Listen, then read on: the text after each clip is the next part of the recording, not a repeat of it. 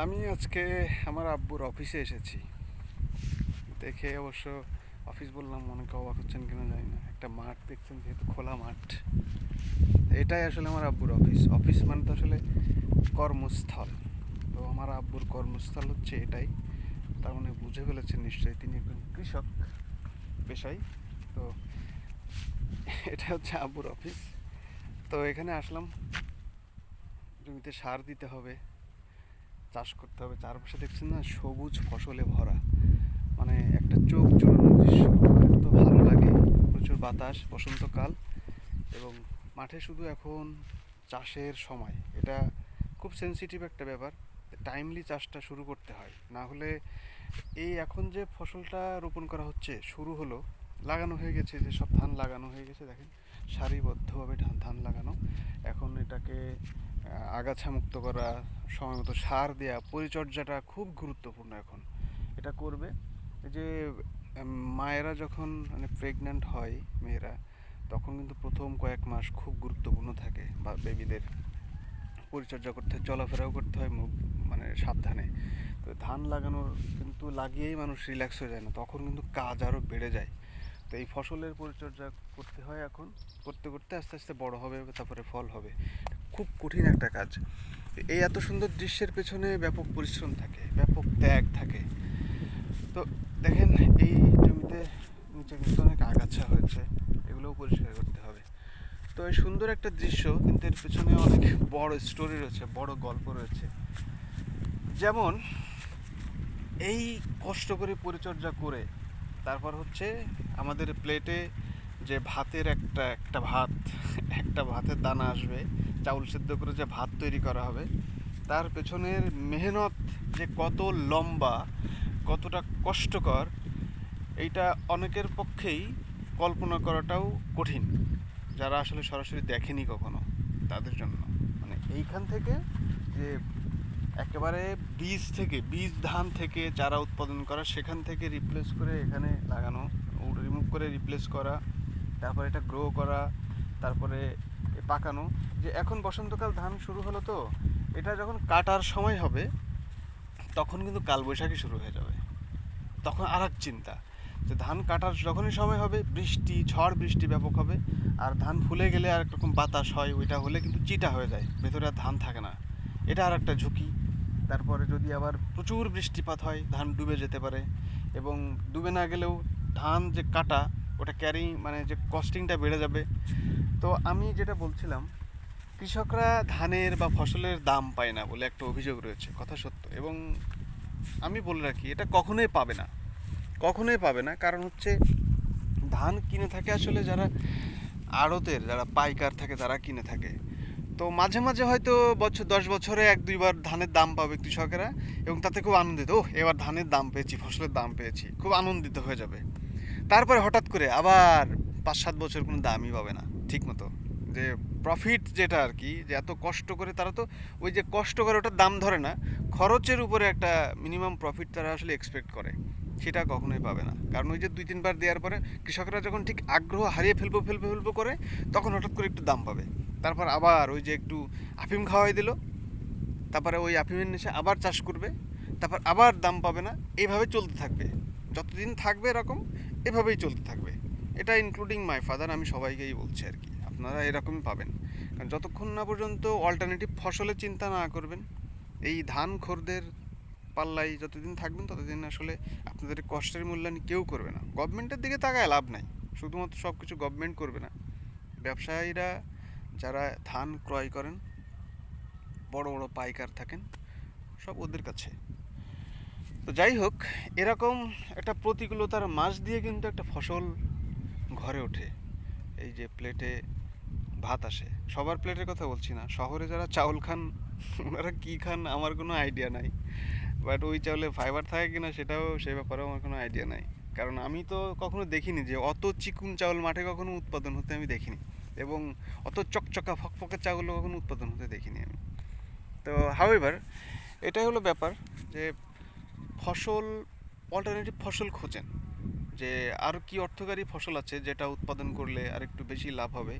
আর আসলে যেটা হয়, হয়তো অনেকে বলবেন যে এই মাঠে ঠিক আছে ধান নিয়ে লাভ হচ্ছে না, অন্য চাষ করেন, এটা আসলে সম্ভব হয় না। কেন জানেন? এখানে দেখেন বিঘার পর বিঘা, একরের পর একর, যতদূর চোখ যায় সব কিন্তু ফসল। হ্যাঁ, ধান লাগানো হয়েছে, সব ধান, এই মাঠে কিন্তু সব ধান লাগানো। তো এই ধানের মাঝখানে হঠাৎ করে আপনি ধরেন পেঁয়াজের চাষ করবেন, অন্য কোনো চাষ করবেন, হবে না। এই যে মাঠ দেখছেন না, আমি ছোটোবেলায় দেখেছি এখানে তরমুজের চাষ হতো, ক্ষীরার চাষ হতো, তারপরে হচ্ছে বাঙ্গির চাষ হতো, এই রকম অর্থকারী ফসলের চাষ কিন্তু হতো। এটা এখন আর হয় না। শেয়ালের উপদ্রব ছিল, শেয়ালের চেয়ে বেশি উপদ্রব হচ্ছে মানুষের উপদ্রব, কারণ মানুষ চুরি করে খেয়ে ফেলে। তার জন্য এখানে এসে কুড়ে ঘর করে টং করে ওখানে পাহারা দিতে হতো সারা রাত। তো এটা এখন তো আরও রিস্কি, মানুষের জীবনের ঝুঁকি নিয়েই পাহারা দিত, এখন আরও রিস্কি। দেখেন এই যে খেজুর গাছ দেখছেন না, খেজুর গাছ কাটা যে কত কঠিন, আমার একটা ডিটেল ভিডিও আছে, এটা অনেক কঠিন কাজ, কিন্তু সহজ না। এটা রস এক ফোঁটা করে রস ভাঁড়ের মধ্যে পড়ে, তারপর সেই রস জমে এক ভাঁড় হয়।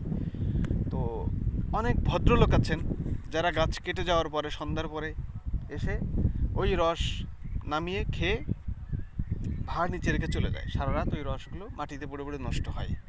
তো এমন অনেক ভদ্রলোক রয়েছেন যারা ওই যে গাছ যারা কেটে যারা পাহারা দেয়, তাদেরকে আবার এরা পাহারা দেয়। ওরা সারা রাত তো পাহারা দেওয়া সম্ভব না, অনেকে রাত 1টা 2টা পর্যন্ত পাহারা দেয়। পাহারা দিয়ে যখন চলে যায়, ঠিক তখন তারা এসে রসগুলো নামিয়ে খেয়ে চলে যায়, নিজেদের পৈতৃক গাছ খেয়ে চলে যায়। তো একজন কৃষক যখন এত কষ্ট করে এই যে খেজুর গাছ কাটার কাজটা খুবই কষ্টকর, কিন্তু ঝুঁকির উপরে উঠে গাছের মাথায় উঠে কাটতে হয়, তারপর চলে যায়, তখন যখন কেউ রসটা চুরি করে খায়, আপনার কি কখনো ইচ্ছা হবে এই গাছ আর আপনি আর কাটবেন, রস বের করবেন? আপনি তো এই পেশায় থাকবেনই না, এটা লস প্রজেক্ট। কারণ দিন শেষে তো টাকা দরকার, চাউল দরকার, খাবার দরকার। তো এগুলো যদি করে যদি নাই পাই, তাহলে কি করবে? দরকার নেই তো। এবার আমি যে কথাই ছিলাম, ধানের কথা বললাম, যে ফসলগুলো উৎপাদন করা হয়, এখানে যদি বছর শেষে 2 টাকা না ইনকাম হয়, তাহলে এই ধান চাষ করে লাভ কি? কেন করবে মানুষ? এটার পেছনে সারের যে খরচ। আচ্ছা এবার বলি ধানের দাম দিবে, আচ্ছা ধানের দাম দিলে তো চাউলের দামও বেড়ে যাবে, তাই না? বেশি দাম দিয়ে যখন ধান কিনবে, তখন চাউলের দাম বাড়াতে হবে না? তো চাউলের দাম বাড়লেও তো মানুষজন বকবে, যে দেশের জনগণ, আমাদের সাধারণ মানুষরা বলবো যে এই সরকারের দাম আমলে চাউলের দাম বেড়ে গিয়েছে। তাহলে উপায় কি? তাহলে উপায় হচ্ছে খরচ কমানো, উৎপাদন খরচটা কমাতে হবে। তো উৎপাদনে আসলে খরচটা কি হয়? এই দেখেন পানি দেখছেন না, এখন কিন্তু বৃষ্টির সিজন না, এই পানি কিন্তু কেনা পানি, ডিপ আছে, ওই দেখেন একটা ডিপ, এখান থেকে দেখতে পাবেন না যদিও, তারপরেও যদি কিছুটা জুম করতে পারেন, ওই একটা ডিপ দেখা যাচ্ছে। এই মাঠে একটা ডিপ আছে, ওইদিকে একটা আছে, এই এই পাশে আর একটা আছে, ওই পাশে সম্ভবত 2টো থাকার কথা। তো একটা চালু আছে হয়তো, তো 2টো চালু থাকতে পারে। ওই ডিপের পানি এখানে আসে।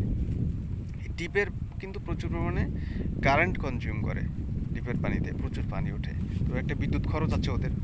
আর এই পানি যে সাপ্লাই দেয়, এই পানি যেহেতু কিনে জমিতে নিতে হয়, এদের একটা খরচ আছে, এই পানি ক্রয় খরচ। তারপর হলো সার দেয়া, এই যে সার দিতে হয়, ফার্টিলাইজার, এটার একটা খরচ আছে। সারের দাম কিন্তু অনেক। এই ধান যখন ওঠে না, এই ধান বিক্রি করে কিন্তু সারের দাম মেটাতে হয়, হালখাতা করতে হয়, কারণ কৃষকের নগদ টাকা দিয়ে তো সার কেনার মতো সামর্থ্য নেই। তো এরা আসলে জিম্মি থাকে ওখানেও। এরপর আসি কামলা বা জোন, আমাদের এলাকায় জোন বলে, অনেকে কামলা বলে, শ্রম দিতে হয়।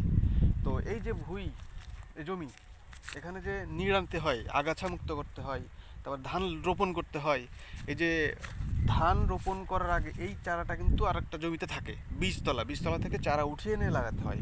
এটার পেছনে প্রতিদিন দিনমজুর খাটতে হয়, এক্সপার্ট। আর এই সিজন যখন শুরু হয়, তখন কিন্তু দিনমজুরের ঘাটতি দেখা দেয়, এবং ঘাটতি দেখা দেওয়ার কারণে ওটারও রেট বেড়ে যায়।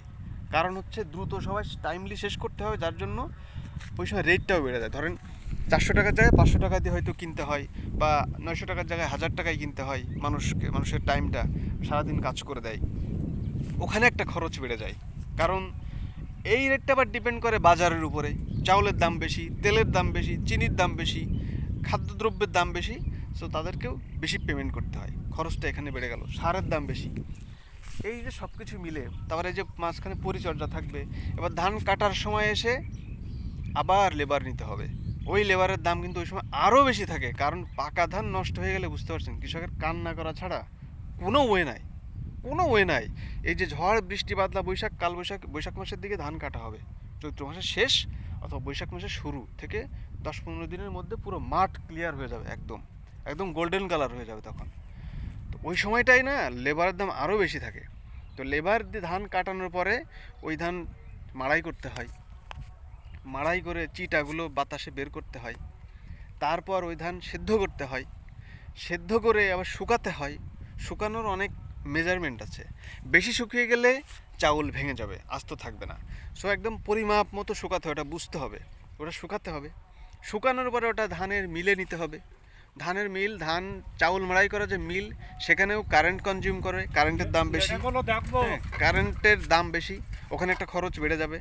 তো এটা চাউল বানানোর পরেও চাউল আবার ঝাড়তে হয়, এই যে কুড়ো থাকে, কুড়োগুলো আলাদা করতে হয়, খুদ আলাদা করতে হয়, তারপর খাবার চাষ। খুব ইজি একটা প্রসেস। দাম বেড়ে যায়। দাম কেন বেড়ে যায় দেখেছেন? সো কস্টিংটা যদি মিনিমাইজ করা যায় তাহলে কেবল কৃষক বাঁচবে, আদারওয়াইজ কৃষক বাঁচবে না। আমি কেন বললাম দেখেন, এই যে প্রজন্ম মাঠে ওই যে দূরে দূরে দেখছেন সার বুনছে, ওই যে সার দিচ্ছে, ওই দেখেন দুজনকে আপনারা দেখতে পাচ্ছেন, দুজন সার, ওইখানে 3জন, তারপর ওই পাশে 2জন, 5জন। ওই যে যতদূর মানুষ দেখা যাচ্ছে, আমি সাইজ মানে তাদের অবস্থান থেকে বুঝতে পারছি তারা কিন্তু ওই যে আগাছা পরিষ্কার করছে, আর ওই পাশে 2জন সার বুনছে, জমিতে সার দিচ্ছে, ফসফেট দিচ্ছে, তারপর হচ্ছে আর কি সালফার দিচ্ছে, এই সারগুলো দিচ্ছে। তো এই যে কস্টিংগুলো মিনিমাইজ করতে পারলেই কেবলমাত্র ধানের একটা ভালো দাম কৃষক পাবে। আর এই প্রজন্ম চলে গেলে না আস্তে আস্তে কমতে কমতে থাকবে। অলরেডি অনেক কমে গেছে। আপনি যদি এখন জরিপ করতে দেখেন, আগে প্রত্যেকটা বাড়িতেই কৃষক ছিল যারা মাঠে কাজ করত, এখন আপনি অর্ধেকও পাবেন না। এবং কোনো বাবাই আসলে চায় না এখন যে তার সন্তানেরা কৃষিকাজ করুক, আগেও চাইতো না, এখনও চায় না। তারা আপ্রাণ সব কিছু দিয়ে, সব কিছুর বিনিময়ে তারা চায় তাদের সন্তান একটা সিকিউর চাকরি বাকরি করুক, অন্যের গোলামি করুক, কিন্তু কৃষিকাজে যেন তারা না আসে। কৃষিকাজে আসা যাবে না, কারণ এটা করে যে পরিমাণ টেনশন নিতে হয়, যে পরিমাণ পরিশ্রম করতে হয়, এবং বছর শেষে লস হয়।